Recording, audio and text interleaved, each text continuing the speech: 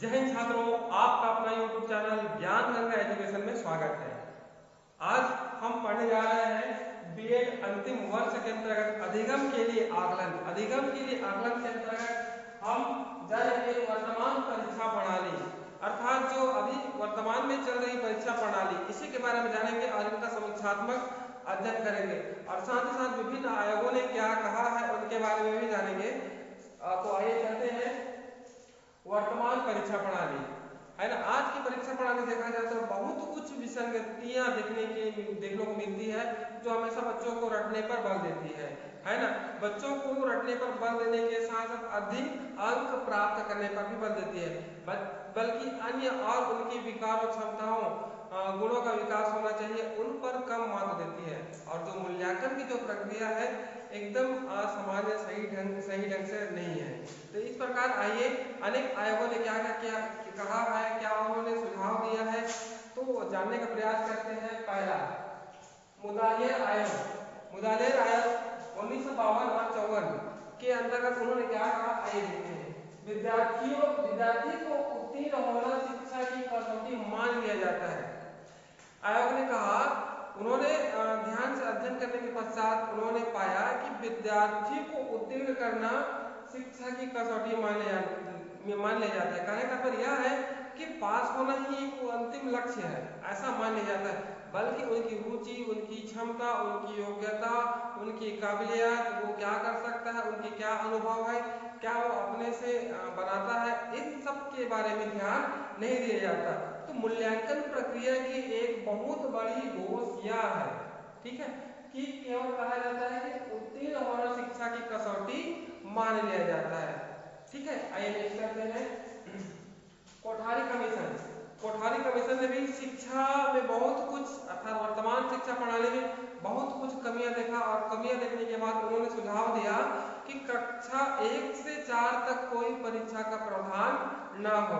कक्षा 5 में जो परीक्षा हो वह मौखिक और लिखित हो, और साथ ही कहा कि कक्षा 10वीं के बाद, है ना, कुछ परीक्षाओं को समाप्त कर देना चाहिए। और साथ ही साथ यह भी कहा कि परीक्षा जो लेने का तरीका हो उसमें कुछ बदलाव करने की आवश्यकता हो, है ना। इस प्रकार कोठारी कमीशन ने 1964-66 में सुझाव दिया था। आइए देखते हैं नेक्स्ट, यशपाल समिति। यशपाल समिति ने क्या कहा था, बालक जो कुछ जानता है उन्हें ज्यों का त्यों उगल देता है। अर्थात बालक रट कर जो कुछ जानता है उसे परीक्षा में जाकर के क्या कर देता है, उगल देता है और वैसा ही लिख देता है। ठीक है, इससे क्या होता है कि केवल जो रटे रटाया रहता है उन्हीं का मूल्यांकन होता है, अन्य पक्षों का मूल्यांकन नहीं होता।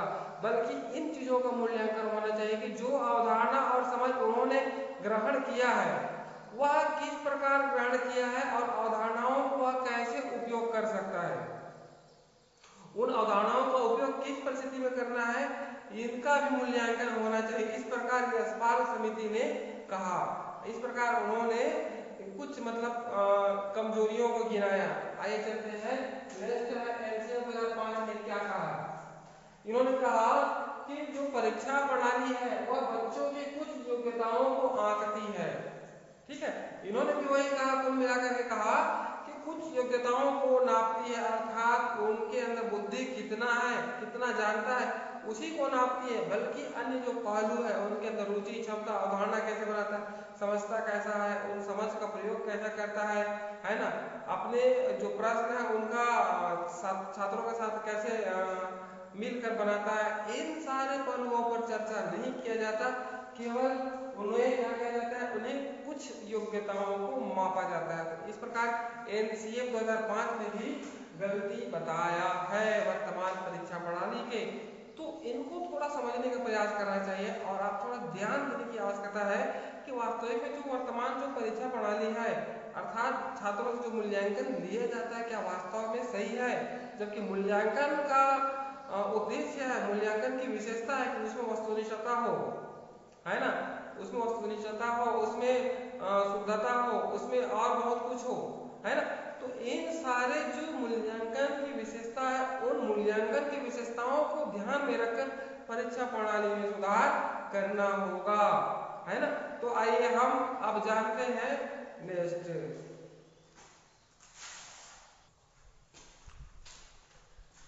आइए जानते हैं वर्तमान परीक्षा प्रणाली के दोष। वर्तमान में जो परीक्षा प्रणाली चल रही है उनके क्या क्या दोष है उन्हीं के बारे में जानते हैं, है ना। तो आइए पहला है रटने पर बल। वर्तमान जो परीक्षा प्रणाली है के अंतर्गत जैसे परीक्षा होना रहता है उसके पहले छात्र अधिक से अधिक रटते हैं, है ना। रट कर ही परीक्षा में जाकर के बैठते हैं और रट कर ही मतलब परीक्षा को देते हैं। इस प्रकार जो वर्तमान परीक्षा प्रणाली है वो रटने पर बल दिया जाता है, जबकि बालक की क्षमता योग्यता उनके आचरण व्यवहार के साथ साथ वो अवधारणा को कैसे समझता है, अवधारणा कैसे बनाता है, इस पर ध्यान नहीं दिया जाता। तो इस पर भी ध्यान देना चाहिए। नेक्स्ट आइए सूचनात्मक तथ्यों पर आधारित। जो आज की जो परीक्षा प्रणाली है वो सूचनात्मक तथ्यों पर आधारित है, अर्थात सूचना पर आधारित है, न कि अवधारणा पर, है ना। सूचना और अवधारणा में अंतर होता है ना। अवधारणा के अंतर्गत समझा जाता है और सूचना के अंतर्गत उसको समझा नहीं जाता, इस प्रकार से रटा जाता है।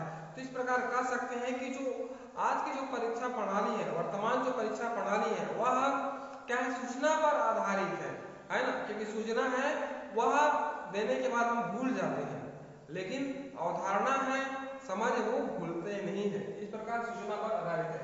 तीसरा ये सैद्धांतिक विषय पर अधिक महत्व दिया जाता है।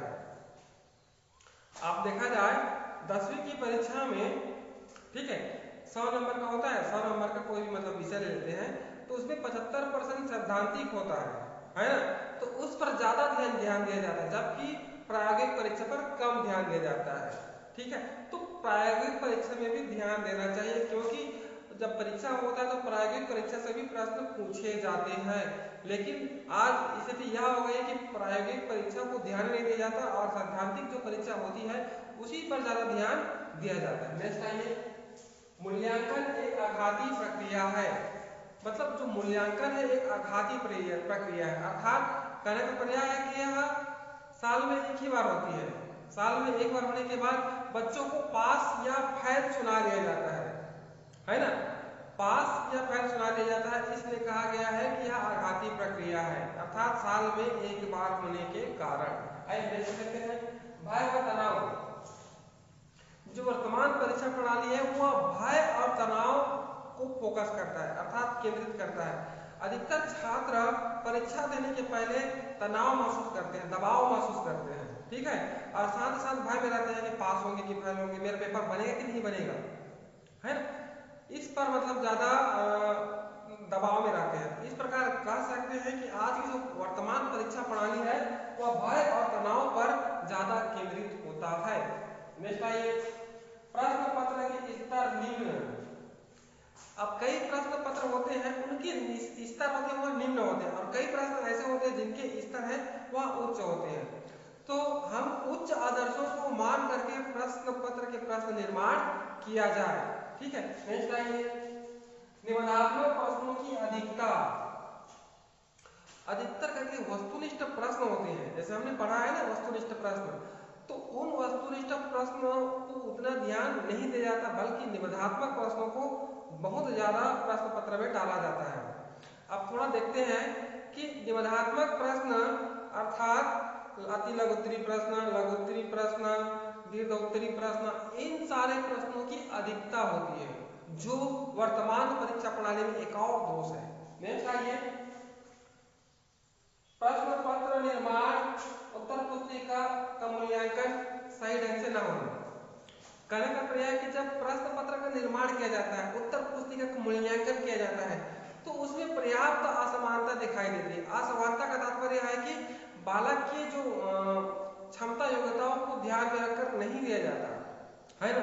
अब जब उत्तर पुस्तिका चेक की जाती है तो ऐसे चेक की जाती है मानो छात्र ने बहुत गलती की है। इस प्रकार से 15 नंबर का है तो उसको मात्र 10 ही नंबर मिलता है या 12 नंबर मिलता है ना।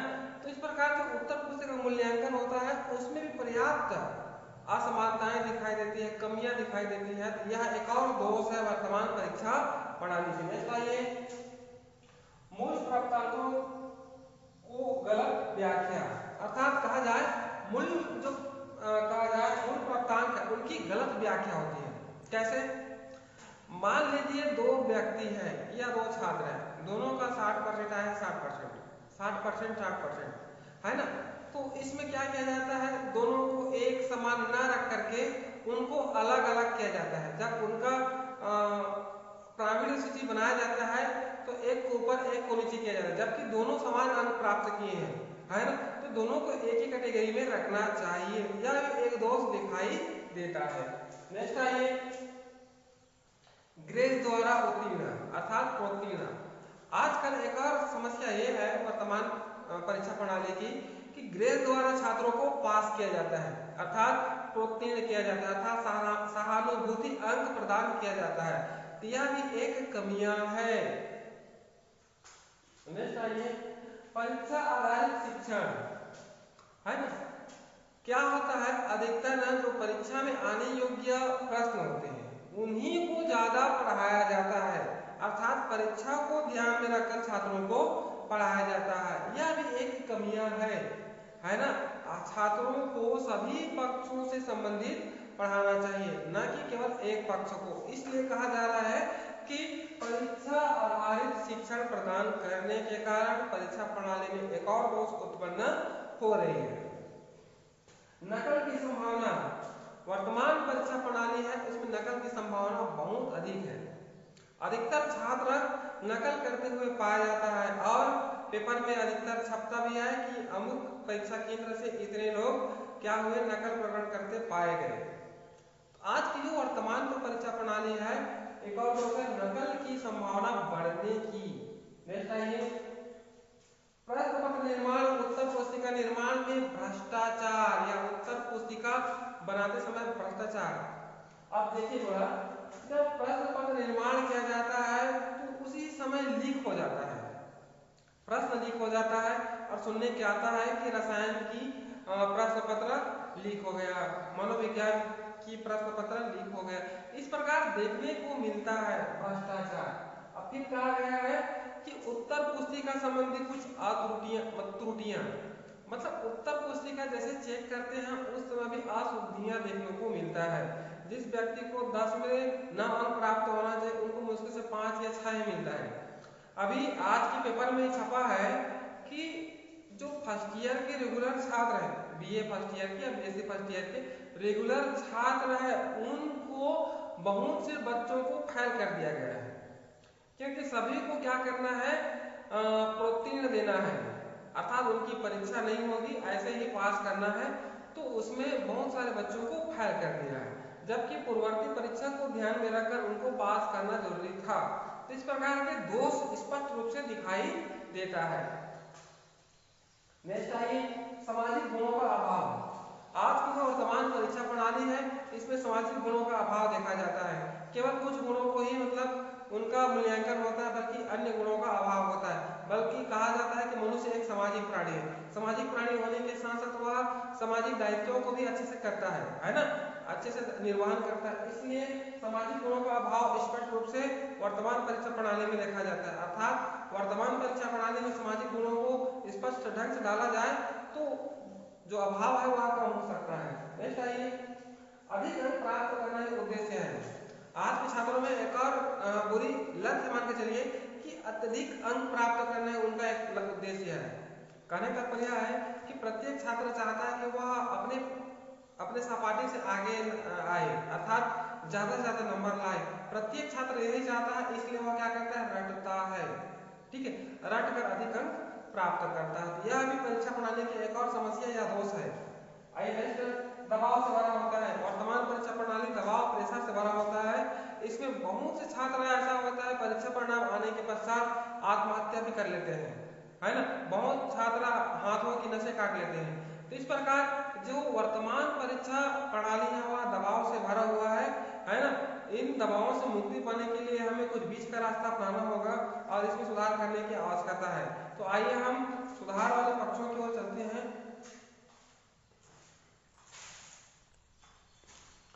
आइए जानते हैं वर्तमान परीक्षा प्रणाली में सुधार।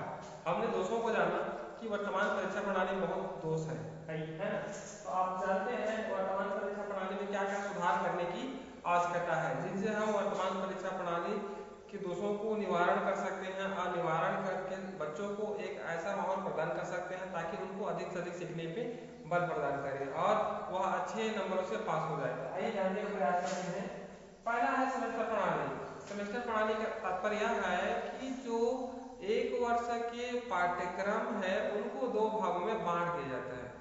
एक वर्ष के पाठ्यक्रम अर्थात सिलेबस को दो भागों में बांट दिया जाता है और प्रत्येक 6 माह के बाद क्या होता है, परीक्षा होता है अर्थात मूल्यांकन होता है।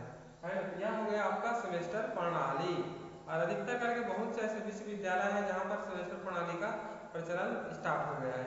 और नई शिक्षा नीति में शायद 10वीं के आसपास या 10वीं विषय 10वीं में ना सेमेस्टर प्रणाली का शायद प्रचलन होने वाला है। नया शिक्षा नीति के अंतर्गत 6 माह में पेपर होगा, फिर 6 माह में पेपर होगा अर्थात साल में 2 बार पेपर होगा। आइए जानते हैं दूसरा सतत एवं व्यापक मूल्यांकन।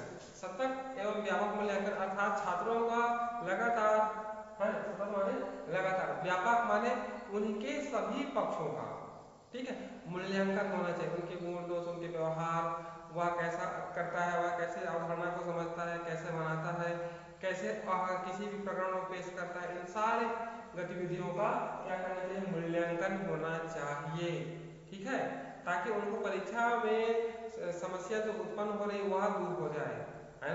तो सतत मूल्यांकन का एक और फायदा यह है कि हमें परीक्षा के भय से मुक्ति मिलती है। सतत और व्यापक मूल्यांकन जब छात्रों को करते रहेंगे तो परीक्षा के भय से मुक्ति मिलती है।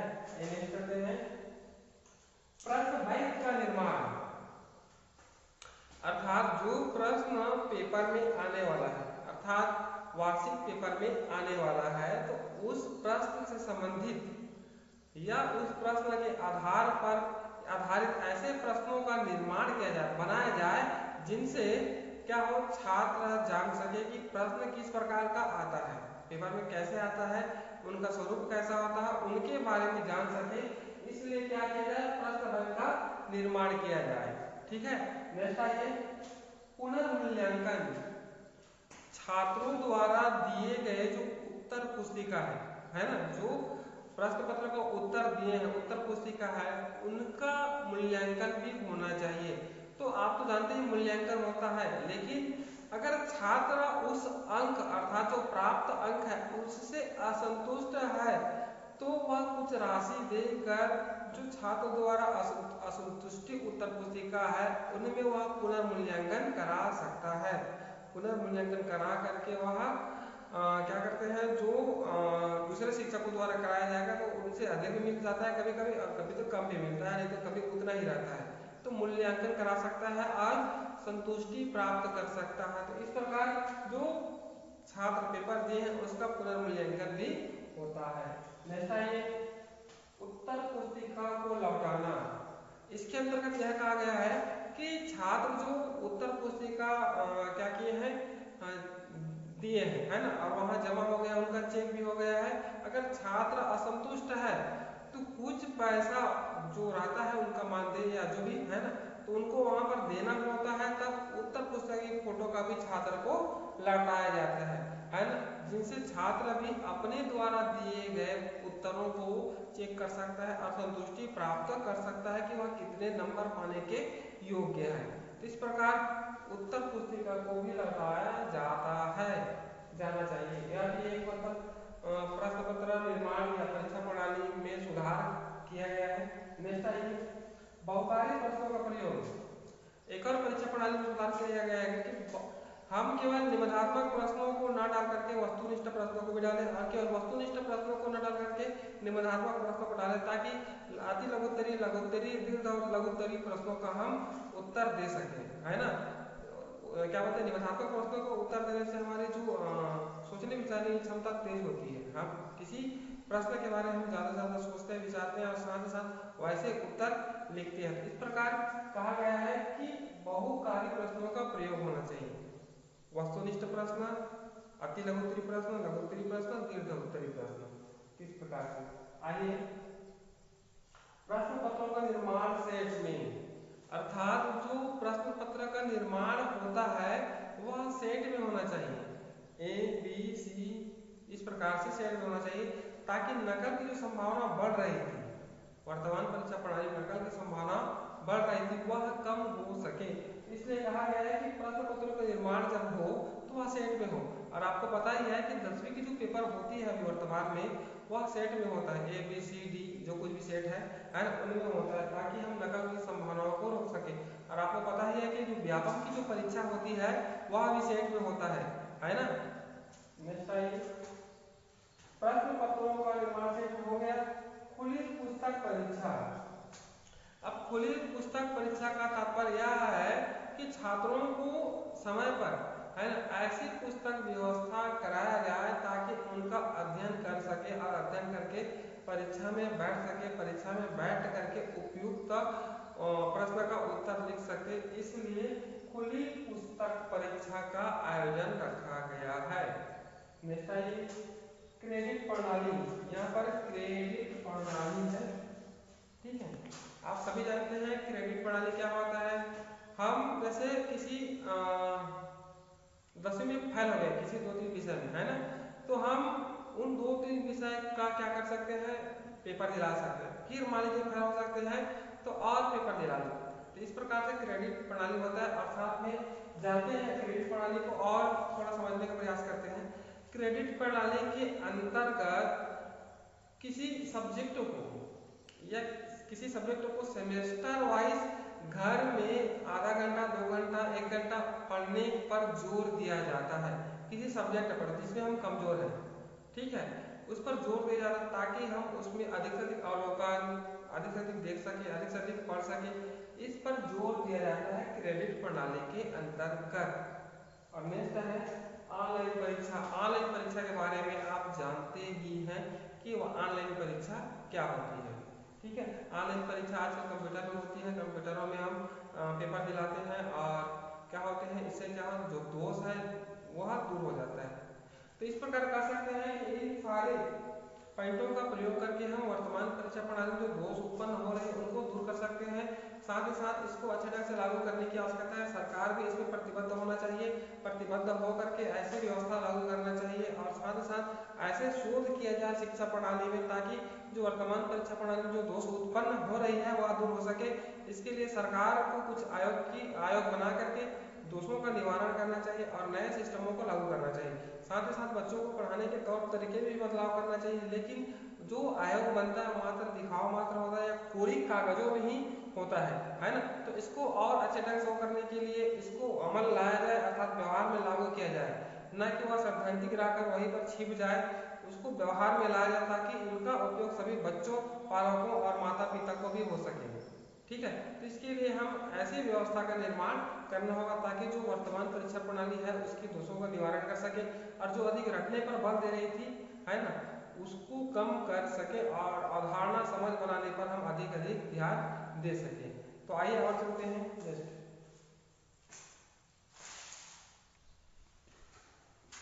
आइए जानते हैं परीक्षा में उपयोगी उपकरण, अर्थात हम जो परीक्षा दिला रहे हैं उसमें कौन कौन से उपकरण उपयोगी होता है और उपयोग करके हम परीक्षा को सफल बना सकते हैं। तो आइए देखते हैं। ध्वनि रिकॉर्डर, इसको वॉइस रिकॉर्डर भी बोलते हैं। ध्वनि रिकॉर्डर के अंतर्गत जब व्यक्ति का साक्षात्कार हो रहा होता है तो उस समय उसके आवाज को रिकॉर्ड कर लिया जाता है ताकि भविष्य में जब भी उनका उपयोग करना हो या किसी को मतलब परीक्षा की शुद्धता के लिए क्या किया जाता है, रिकॉर्ड किया जाता है। इस प्रकार से हो गया ध्वनि रिकॉर्डर। दूसरा है वीडियो रिकॉर्डर। ध्वनि रिकॉर्डर में केवल क्या होता है, उनकी आवाज को रिकॉर्ड किया जाता है, लेकिन वीडियो रिकॉर्डर में है ना उन दोनों के बीच जो वार्तालाप हो रही है, बातचीत हो रही है और परीक्षा हो रही है ना, तो उनका क्या किया जाता है, रिकॉर्ड किया जाता है। तो इसको कहा जाता है वीडियो रिकॉर्डर। आपको पता ही है आजकल जो व्यापम की परीक्षाएं होती हैं उसमें छात्रों का वीडियो रिकॉर्डिंग किया जाता है ना, उनके चेहरों का, उनके हाथों को यहाँ तक मोड़ने के लिए कहा जाता है, रिकॉर्ड किया जाता है, किया जाता है ताकि परीक्षा की शुद्धता बनी रहे। नेक्स्ट आइए सीसीटीवी कैमरा। आजकल बहुत से शिक्षण संस्थानों में सीसीटीवी कैमरा का प्रचलन बढ़ने लगा है। अब गुजरात बोर्ड ने यह आदेश भी दिया है कि प्रत्येक जो स्कूल है, महाविद्यालय, वहां पर सीसीटीवी कैमरा हो ताकि जो निष्पक्षतापूर्ण परीक्षा का आयोजन कराया जा सके। OMR है ना, ऑप्टिकल मार्कर रीडर। तो इस प्रकार OMR जो एक मशीन होता है ना, उस मशीन के द्वारा जो वस्तुनिष्ठ प्रश्न है उनको जांचा जाता है ना। यह भी काम की चीज है। नेक्स्ट आइए कंप्यूटर। कंप्यूटर के बारे में जानते ही हैं कि कंप्यूटर किस प्रकार बहुत सारे कार्यों का निर्वहन करता है, जैसे प्रश्न पत्र का निर्माण करना, उनको प्रिंट आउट करके निकालना, इस प्रकार अनेक कामों में कंप्यूटर का प्रयोग होता है। नेक्स्ट है मोबाइल। मोबाइल के द्वारा दो व्यक्ति दूर दूर रहकर भी आपस में साक्षात्कार कर सकते हैं, अर्थात परीक्षा को सफल बनाया जा सकते हैं। आज कोरोना वायरस की वजह से बहुत से शिक्षण संस्थानों में ऑनलाइन प्रायोगिक परीक्षा का वायदा लिया जा रहा है ना। तो यह मोबाइल से ही संपन्न हो पा रहा है। नेक्स्ट आइए वेब कैमरा। यह भी आमने सामने रहते हैं इसमें भी, लेकिन इसमें क्या होता है, वीडियो का रिकॉर्डिंग होता है। ये वीडियो रिकॉर्डर जैसा ही है ना वेब कैमरा, जिसमें दो व्यक्ति आपस में साक्षात्कार दे रहे होते हैं, उनको क्या किया जाता है, वेब कैमरा के माध्यम से रिकॉर्ड किया जाता है। नेक्स्ट है प्रिंटर। प्रिंटर के बारे में जानते हैं कि जो हम प्रश्न पत्र निर्माण कर रहे हैं उनका क्या किया जाता है, प्रिंट आउट किया जाता है, प्रिंट आउट किया जाता है। और बहुत कुछ ऐसे प्रश्न पत्र है, उत्तर पुस्तिका है, उनको क्या किया जाता है, छापा जाता है। नेक्स्ट है इंटरनेट। इंटरनेट के माध्यम से आप प्रश्न पत्र निकाल सकते हैं, परीक्षा की जानकारी ले सकते हैं, अनेक प्रकार के कार्यों को जान सकते हैं परीक्षा से संबंधित। इस प्रकार ये उपकरण है वह परीक्षा में काम आता है, अर्थात परीक्षा को सफल बनाने में उपयोगी है। यह हो गया आज की आपकी कक्षा। अगले कक्षा में फिर मिलते हैं, तब तक के लिए धन्यवाद। जय हिंद।